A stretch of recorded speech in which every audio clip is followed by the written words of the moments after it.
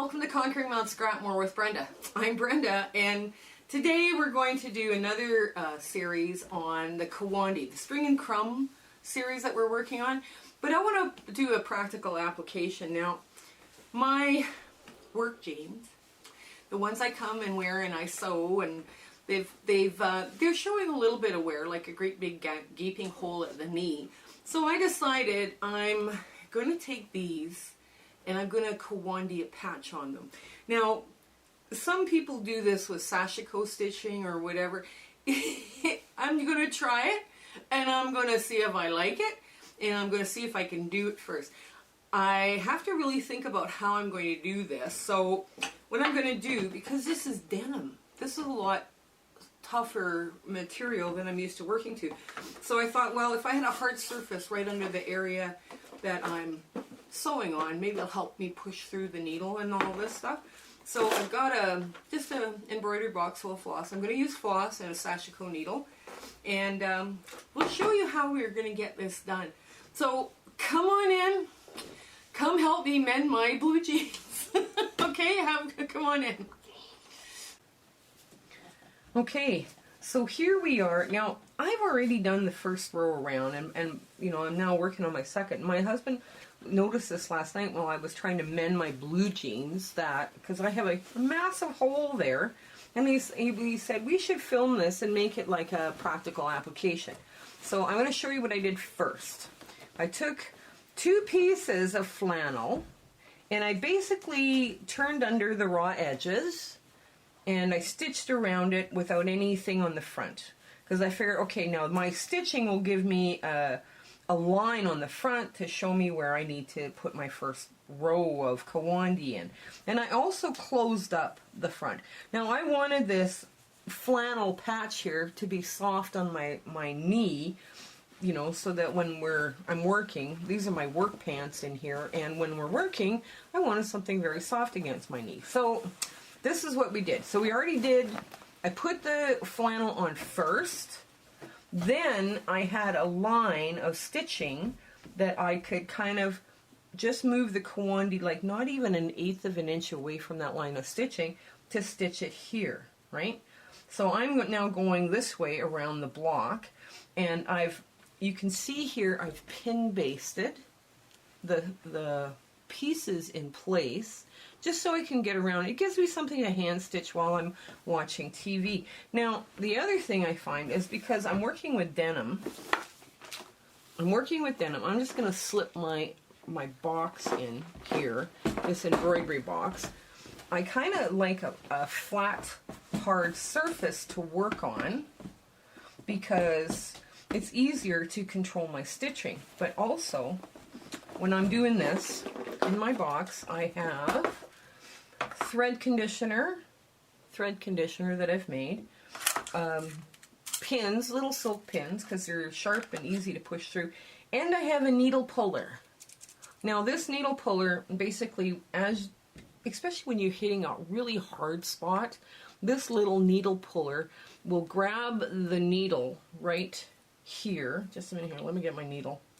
It'll grab the needle here and will allow you with the plunger down, to hold on to the needle, right?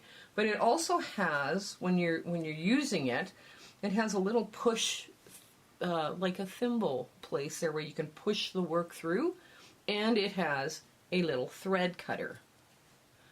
Right? Thread cutter is right there. You see that little sharp blade in there? So this becomes a really useful tool. It's meant for hand quilting. But I figured, okay, this is perfect for sashiko, because sometimes you do hit really bulky seams, right? So I figured, okay, we'll have this, keep this out of the works. So now what I'm doing here, I'll just slide this box back in, because it fits nice. Not that I'm doubling up on stuff, but okay, so I've got my thread all conditioned already, and my length of thread is probably too long, but anyway, so I'm just going to take little stitches, and I'm going to try and load them up, but if I can't load them up, that's okay. I can just take 1 or 2 stitches at a time. And basically, this is how we're going to go all the way around the block. Now I'll come back to show you, because I stayed in a palette of blue and blacks, right? I don't know if you can see that really well too. Like, so it's, you know, black prints and blue prints. So what I'm going to do is I'll come back and I'll show you how I put all the once I get further around, I'll show you how I keep adding the second row, because a lot of the second row is going to be finishing the inside of the block. You know, I just leave this the way it is inside. I don't cut it away. I could cut it away if I wanted to, but I decided I'm not going to. I'm just going to leave it there. So come back and I'll show you how to get the middle finished. Okay, and this is our big ta-da moment. This is what I did to my blue jeans.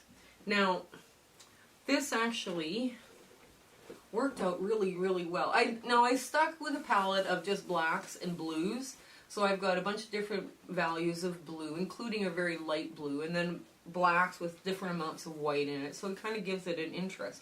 But it does give it a very interesting texture. And I'm going to get my cameraman to hold up the blue jeans here a little closer so you can see the texture on it. Okay. And you can see the stitching just starts at the outside and it works its way in. Now, I'm going to explain to you how I did this. Now, when I started fixing them, my husband says, "Oh, we should be filming this." So what I did is I sewed on the flannel patch first. And I sewed just around the outside edge. I have no raw edges on this flannel. And then I'm going to get my husband to hold this up again. I want him to show you the very, very edge of the flannel. Then I start the Kawandi on the other side, just on the very outside edge of this flannel, right? It makes it a little easier. Now you're not dealing with jeans, 2 layers of flannel. You're only doing with the 1 layer of blue jeans as you're doing your Kawandi in front, right? Or the Boro in front. So that actually worked out really well for me. I haven't mended anything in years. But this was a lot of fun. I might not do any more mending for a while, but that's because I'm busy doing other things. Okay, so you have an absolute fabulous day ahead, and I hope you have a marvelous week. Okay, you take care. Bye! Thank you for watching our video today. We are just overjoyed with how our channel has grown. And we would like you to share, like, and subscribe these videos with your friends and other people. This is one of the quilts that we are considering at this time to do a sew-along for. It is a crazy original scrappy design that was made with too much coffee and too many granola bars, and it's a lot of fun to do. And it is a really good scrap buster. So share, like, subscribe, tell your friends about us. Our plan for 2022 is 2 different sew-alongs for sure, and 2 different case studies. And we're going to try and do a thing on grouping on strings and crumbs, and then another one on curves.